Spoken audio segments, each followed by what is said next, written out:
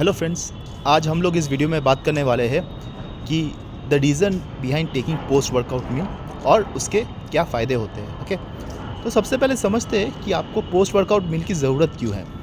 तो post workout मील हम लोग को दो कारणों की वजह से ज़रूरत है।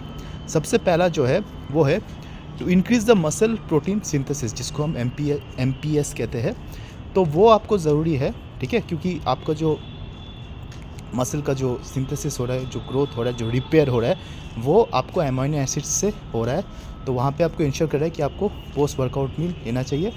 और सेकेंडली, आपको पोस्ट वर्कआउट मील इसलिए लेना चाहिए to decrease the muscle protein breakdown, MBP जिसे कहते हैं। क्योंकि जब आप हेवी वर्कआउट करते हैं तो देखा गया है कि आपका जो मसल प्रोटीन ब्रेकडाउन जो है वो ज़्यादा इंक्रीज़ हो जाता है, उसका रेट काफ़ी हद तक इंक्रीज़ रहता है। तो उसी को कम करने के लिए हम लोग को प्रोटीन की ज़रूरत है, क्योंकि प्रोटीन में एक इंसुलिन बोल के कुछ रिलीज़ होता है, राइट।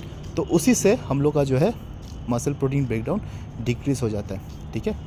तो हम लोग को मेनली ये दो कारणों की वजह से पोस्ट वर्कआउट मील ज़रूरी है, to increase MPS muscle protein synthesis, और secondly to decrease MBP, that is muscle protein breakdown. Okay, और बात है कि अब जब हेवी वर्कआउट करते हैं तो हम लोग का जो ग्लाइकोजन है बॉडी में वो भी डिप्लीट हो जाता है। रिसर्च में ये भी देखा गया है कि after a very heavy workout your glycogen gets depleted by at least 36 to 39%, ठीक है।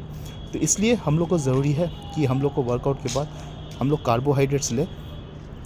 रिसर्च में ये भी देखा गया है कि आपको वो इमीडिएटली लेने की ज़रूरत नहीं है। जो आपका जो ग्लाइकोजन डिप्लीट हो रहा है, वो ये भी देखा गया कि अगर नेक्स्ट 24 आवर्स में आपके डाइट में अगर इनफ कार्बोहाइड्रेट्स है तो वो रिप्लेनिश हो जाता है।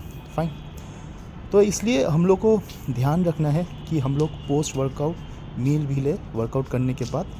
और यहाँ पे आपको देखना पड़ेगा कि जो प्रोटीन है वो देखा गया है कि अगर 40 ग्राम ऑफ प्रोटीन आप ले रहे वर्कआउट के बाद तो वो सिंथेसिस मैक्स आउट हो जाता है, मैक्सिमम हद तक पहुंच जाता है। तो इसलिए एक रिकमेंडेशन होता है कि आप पोस्ट वर्कआउट के बाद 20 to 40 ग्राम्स ऑफ प्रोटीन ले, ठीक है।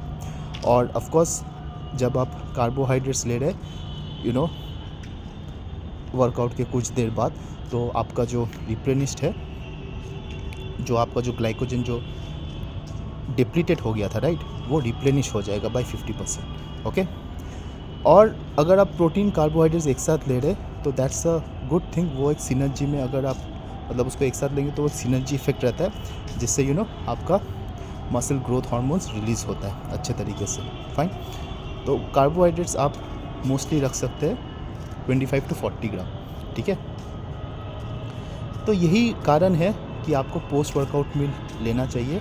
तो सबसे पहले हम समझे वो तो हो गया MPS और MBS के बारे में, और ऑफकोर्स जो ग्लाइकोजन आपका जो बॉडी से डिप्लीट हो रहा है उसको रिप्लेनिश करने के लिए। फाइन। तो यही था मेन जो मुझे आपसे बात करना था।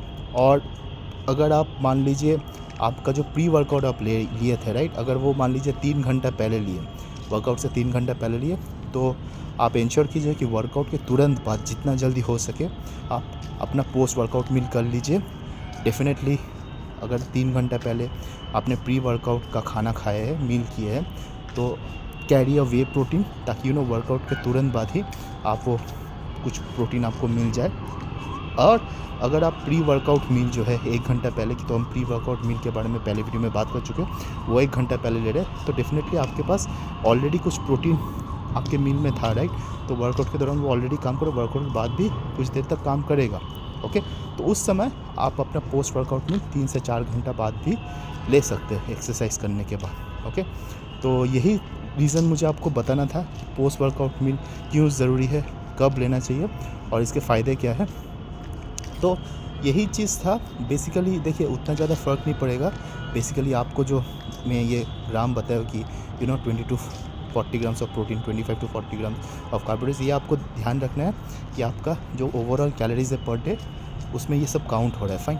But at the end of the day ये बहुत ज़्यादा डिफरेंस लाता नहीं है, बट हाँ, इसको थोड़ा ध्यान रख सकते हैं ताकि वर्कआउट में आपका सही तरह से सब चीज़ चले।